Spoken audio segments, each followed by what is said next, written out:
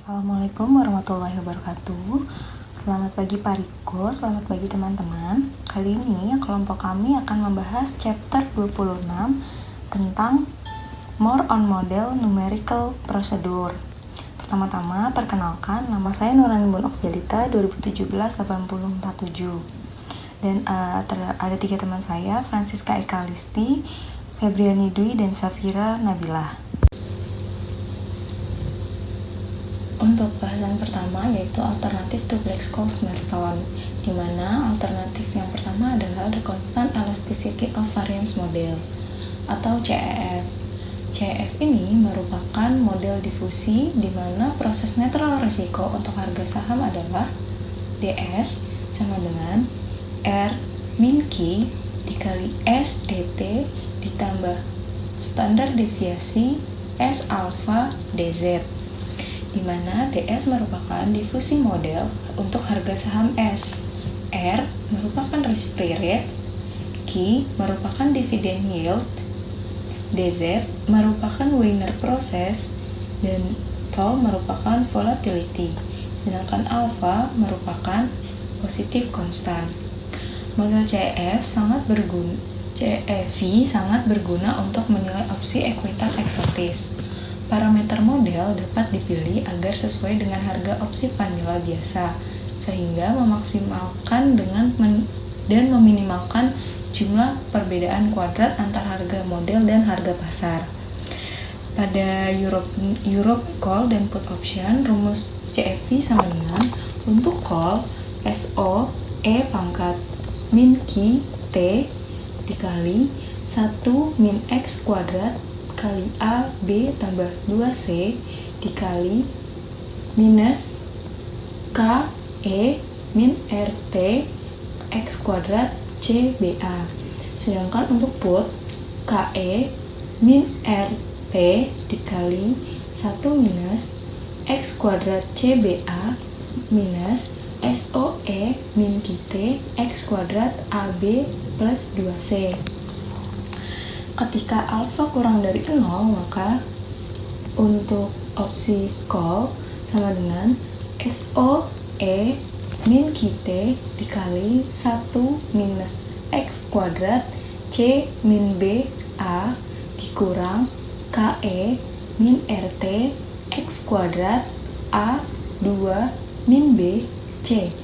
Sedangkan untuk put sama dengan KE min RT dikali 1 min X kuadrat A 2 min B C dikurang SO E min QT X kuadrat C min B A. Untuk alternatif kedua merupakan Merton Mixed Jump Diffusion Model. Terdapat 2 kategori, yang pertama adalah lambda.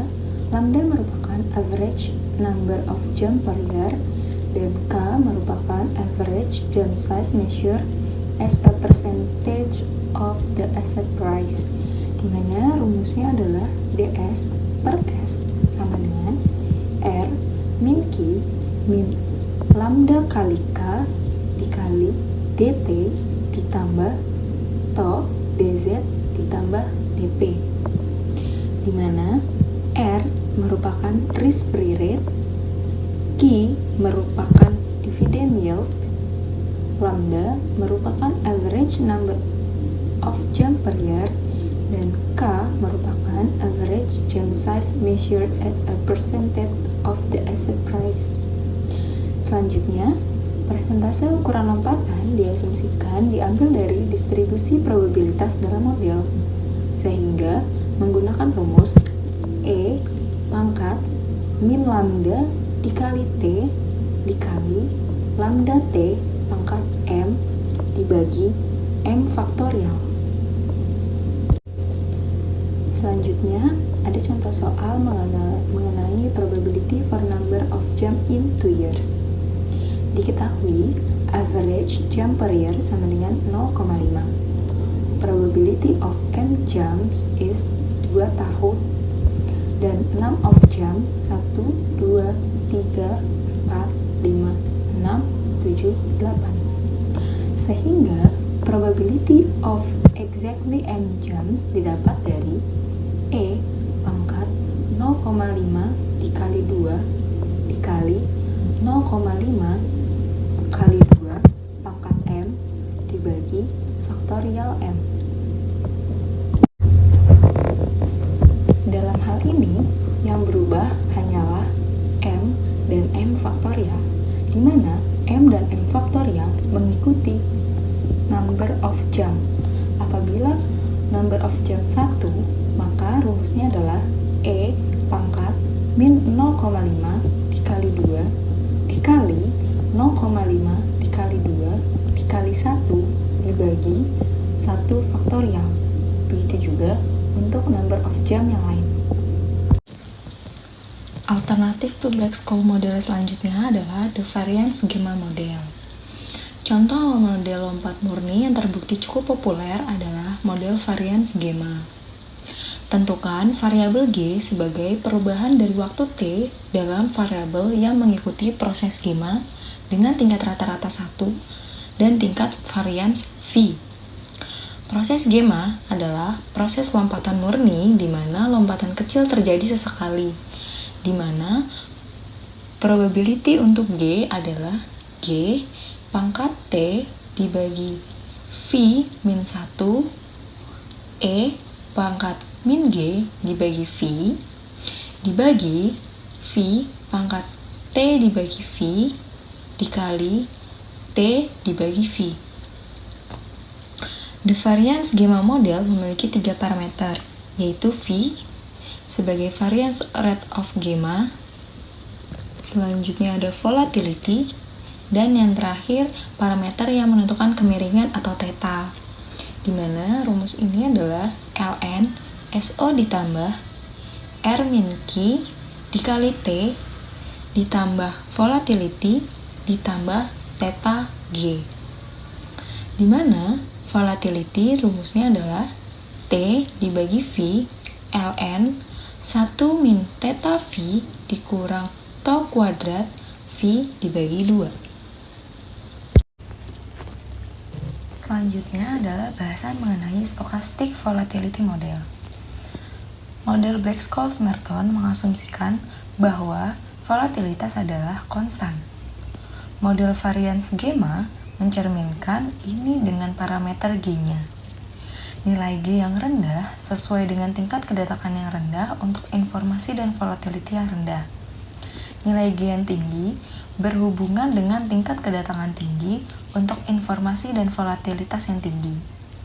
Alternatif untuk model variance gamma adalah model di mana proses yang diikuti adalah variabel volatilitas ditentukan secara eksplisit. Misalkan, pertama bahwa parameter volatilitas dalam gerakan Brown geometry adalah fungsi waktu yang diketahui. Proses netral risiko diikuti oleh harga aset, di mana dirumuskan dengan DS sama dengan R min Q dikali SDT ditambah volatilitas dikali T dikali SDS. Tingkat varians merupakan kuadrat dari volatilitas. Sehingga selama satu tahun, volatilitas suatu saham akan menjadi 20% selama 6 bulan pertama dan 30% selama 6 bulan kedua.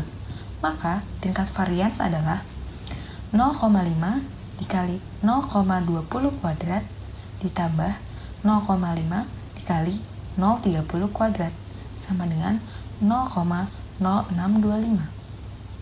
0,5 didapat dari 1 dibagi 2 dan 0,20 didapat dari volatilitas saham 20% pada 6 bulan pertama dan 0,30 didapat dari volatilitas harga saham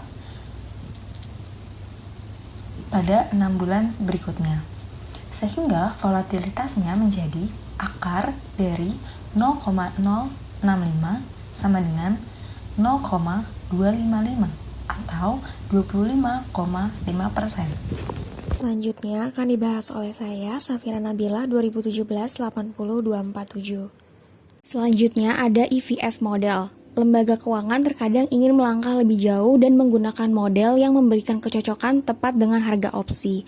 Pada tahun 1994, Derman dan Kani, Dupair, dan Rubinstein mengembangkan model yang dirancang untuk melakukan ini.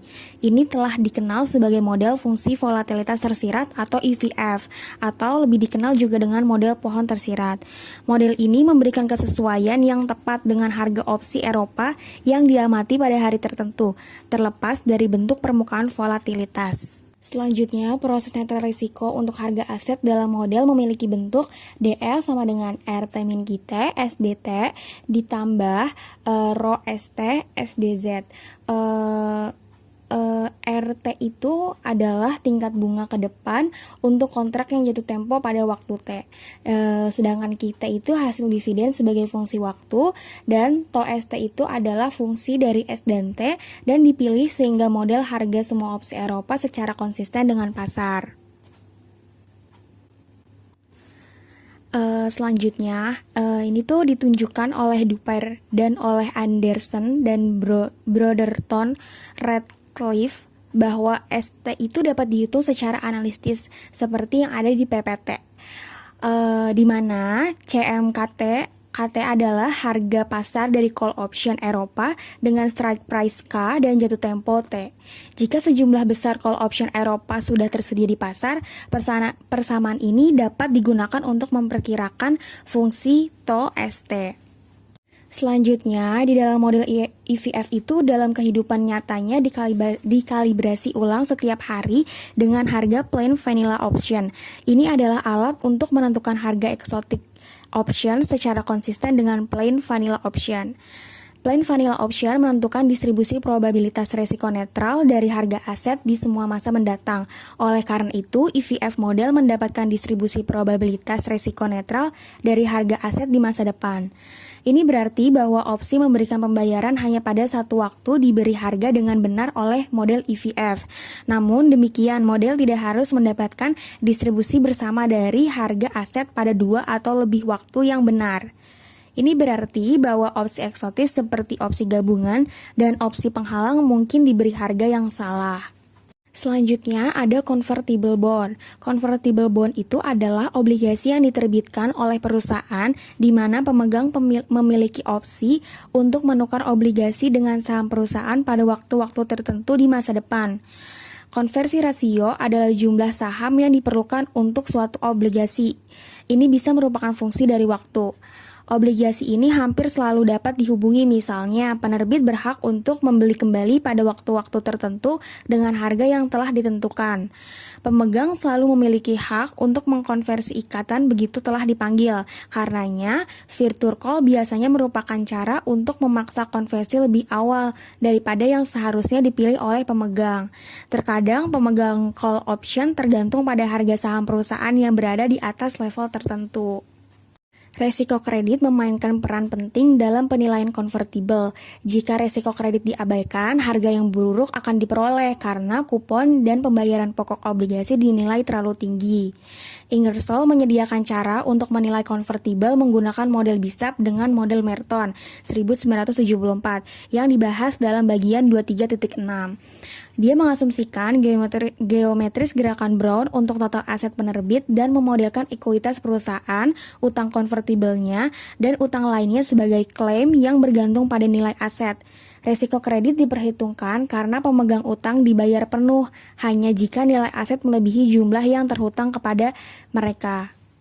Selanjutnya, proses harga saham dapat direpresentasikan dengan memvariasikan pohon binomial biasa sehingga setiap node ada yang pertama, probabilitas PU dari presentasi kenaikan ukuran U selama periode waktu berikutnya panjangnya delta T. Yang kedua, probabilitas PD dari presentasi penurunan ukuran D selama waktu berikutnya periode panjang delta T. Yang ketiga, probabilitas lambda delta T atau lebih tepatnya 1 min delta T bahwa akan ada default dengan harga saham bergerak ke 0 selama periode waktu T panjang berikutnya. Nah, ada rumus-rumusnya. Yang pertama ada PU sama dengan A dikurangin DE pangkat min lambda delta T dibagi U dikurangin D. Untuk mencari PD-nya itu UE pangkat min lambda delta T dikurangin A dibagi U dikurangin D. Untuk mencari U, rumusnya adalah E pangkat akar to kuadrat dikurangin lambda dikali delta T. Dan untuk mencari D itu 1 dibagi dengan U. Selanjutnya ada contoh soal. Nah, pertimbangkan dulu simpul terakhir. Pada simpul G dan H, ikatan harus dikonversi dan bernilai 2 kali lipat dari harga saham. Pada node I dan J, ikatan tidak boleh dikonversi dan bernilai 100. Bergerak kembali melalui pohon memungkinkan nilai dihitung sebelumnya. Pertimbangkan misalnya simpul E, nilai jika ikatan diubah adalah 2 dikali 50 sama dengan 100. Jika tidak dikonversi, maka ada probabilitas. Yang pertama 0,5167 bahwa itu akan pindah ke simpul H, di mana ikatan bernilai 115,19. Yang kedua, probabilitas 0,4808 bahwa itu akan pindah ke simpul I, di mana ikatan bernilai 100. Dan probabilitas 0,002497 bahwa itu akan default dan bernilai 40. Nilai ikatan jika tidak dikonversi, karenanya 0,5167 dikali 115,19 ditambah 0,4808 dikali 100 ditambah 0,002497 dikali 40 dikali E pangkat min 0,05 dikali 0,25 sama dengan 106,36.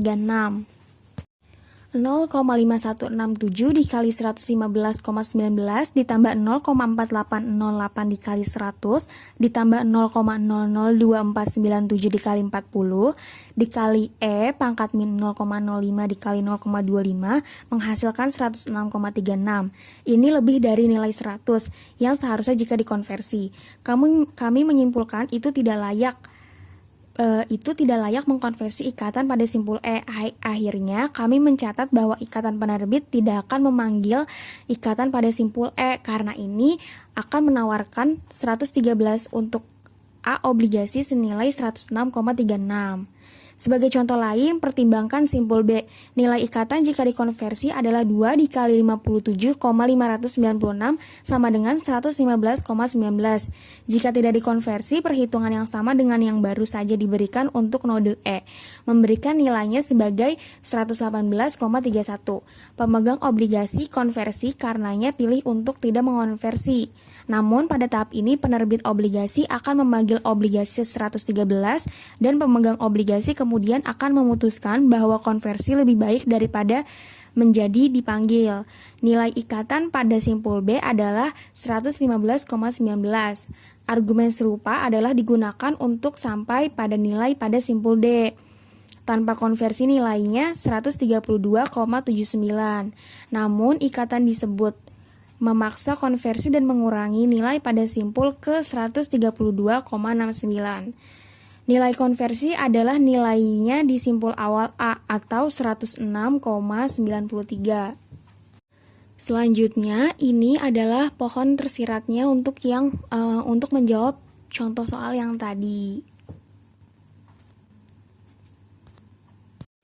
Saya Febriani Dwi Nurkhalisah dengan NIM 2017-8164 ingin menjelaskan mengenai derivatif tergantung path atau derivatif dependent jalan, yang mana merupakan turunan dari hasil yang tergantung pada jalan yang diikuti oleh harga aset dasar. Bukan hanya itu, tetapi juga nilai akhir. Opsi Asia merupakan contoh dari ketergantungan jalur turunannya. Sebagaimana dijelaskan dalam bab 25, imbalan dari opsi Asia tergantung pada harga rata-rata dari aset yang mendasarinya. Hasil dari opsi lookback tergantung pada harga maksimum atau minimum. Satu pendekatan untuk menilai opsi yang bergantung pada jalur.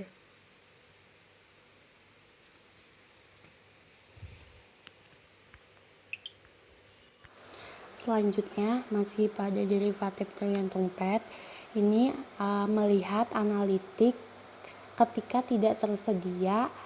Ini seperti pada simulasi Monte Carlo, seperti dibahas dalam bab 20. Nilai sampel derivatif dapat dihitung dengan mengambil sampel secara acak untuk aset dasar di dunia yang netral resiko. menghitung imbalannya, dan mendiskontokan hasil pada tingkat bunga bebas resiko. Estimasi nilai dari derivatif ditemukan dengan memperoleh banyak nilai sampel dari derivatif dengan cara menghitung rata-ratanya. Masalah utama dengan simulasi Monte Carlo adalah waktu komputasi diperlukan untuk mencapai tingkat akurasi yang dibutuhkan. Ini bisa sangat tinggi.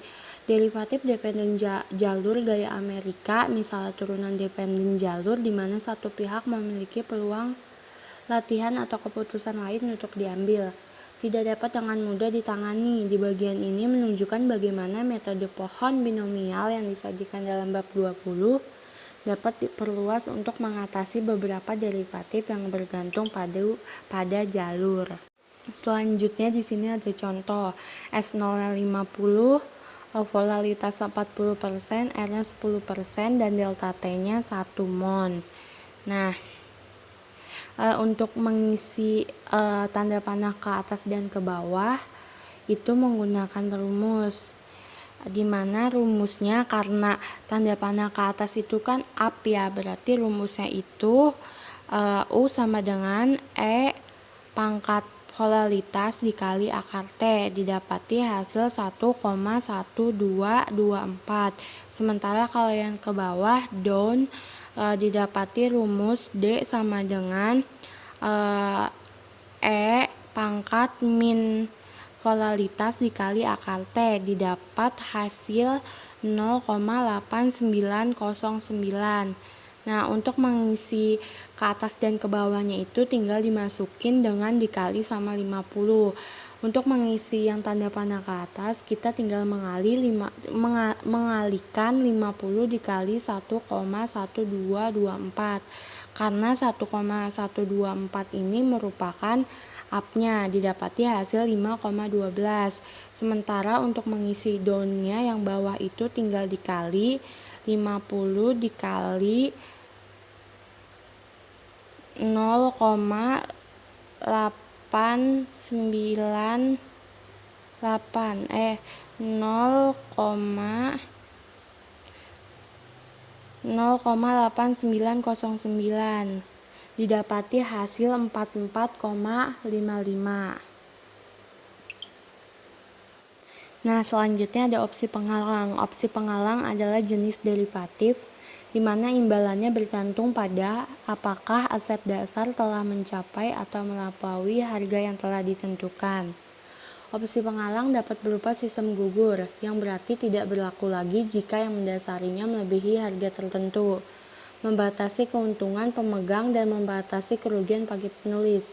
Ini juga bisa menjadi knock-in, artinya tidak memiliki nilai sampai yang mendasarinya mencapai harga tertentu. Opsi penghalang dianggap sebagai jenis opsi jalur yang bergantung, karena nilainya berfluktuasi ketika nilai yang mendasarinya berubah selama masa kontrak opsi. Dengan kata lain, hasil opsi penghalang didasarkan pada jalur harga aset yang mendasarinya. Opsi menjadi tidak berharga atau dapat diaktifkan saat melewati penghalang titik harga. Opsi penghalang biasanya diklasifikasikan sebagai knock-in atau knock-out. Opsi knock-in adalah jenis opsi penghalang di mana hak yang terkait dengan opsi itu hanya muncul ketika harga keamanan yang mendasarinya mencapai penghalang yang ditentukan selama pakai opsi. Setelah penghalang dirobohkan atau muncul atau opsi tetap ada sampai berakhir. Opsi knock-in dapat diklasifikasikan sebagai naik turun atau masuk turun. Dalam opsi penghalang naik dan masuk, opsi hanya muncul jika harga aset dasar naik di atas penghalang yang ditentukan sebelumnya, yang ditetapkan di atas harga awal yang mendasarinya. Sebaliknya, opsi penghalang ke bawah dan ke dalam hanya muncul ketika harga aset dasar bergerak di bawah penghalang yang ditentukan sebelumnya yang ditetapkan di bawah harga awal yang mendasarinya. Opsi knockout. Nah, ini berlawanan dari opsi penghalang knock-in. Opsi penghalang knockout ini tidak ada jika aset yang mendasarinya mencapai penghalang selama umur opsi. Opsi penghalang knockout dapat diklasifikasikan sebagai naik turun atau turun-turun. Opsi naik dan turun tidak ada saat keamanan mendasar bergerak di atas penghalang yang ditetapkan di atas harga awal yang mendasarinya. Opsi turun dan keluar tidak ada lagi ketika aset dasar bergerak di bawah penghalang yang ditetapkan di bawah harga awal yang mendasarinya. Jika aset dasar mencapai penghalang, kapan saja selama masa pakai opsi itu dihilangkan atau diakhiri. Nama saya Francisca Ekaristi akan menjelaskan option of two related asset. Masalah pada opsi adalah menilai opsi Amerika bergantung pada dua aset yang harganya berkolerasi. Terdapat 3 alternatif untuk mengatasi masalah tersebut. Yang pertama, transforming variable. Relatif mudah untuk membangun tree dalam 3 dimensi untuk mewakili pergerakan dua variabel yang tidak berkolerasi. Prosedurnya adalah sebagai berikut. Pertama, buat pohon 2 dimensi untuk setiap variabel, lalu gabungkan pohon-pohon ini menjadi satu pohon 3 dimensi. Lalu probabilitas pada cabang-cabang pohon 3 dimensi adalah produk dari probabilitas yang sesuai pada pohon 2 dimensi. Using a non-rectangular tree, Rubinstein telah menyarankan cara membangun pohon 3 dimensi untuk dua harga saham berkolerasi dengan menggunakan susunan simpul non-rectangular. Adjusting the probabilities. Pendekatan ketiga untuk membangun pohon 3 dimensi untuk S1 dan S2 melibatkan pertama, mengasumsikan tidak ada korelasi dan kemudian menyesuaikan probabilitas di setiap node untuk mencerminkan korelasi.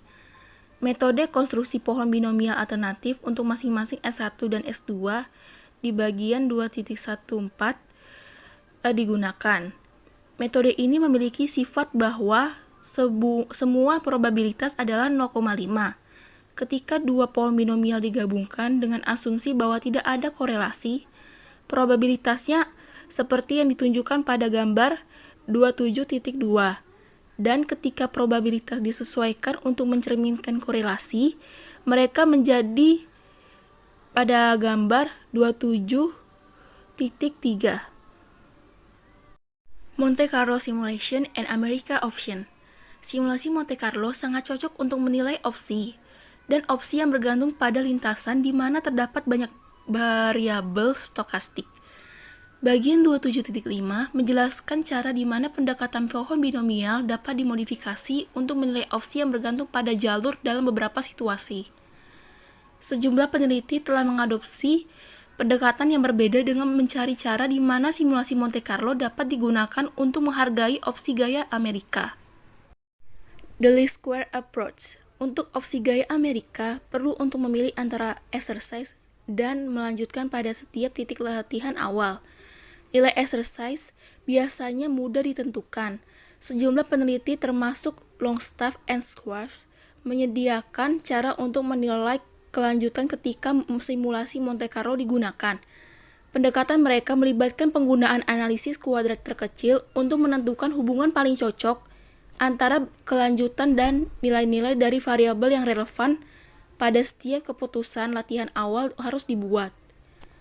Pendekatan ini paling baik digambarkan dengan contoh numerik. Kami menggunakan yang ada di koran Longstaff Schwartz.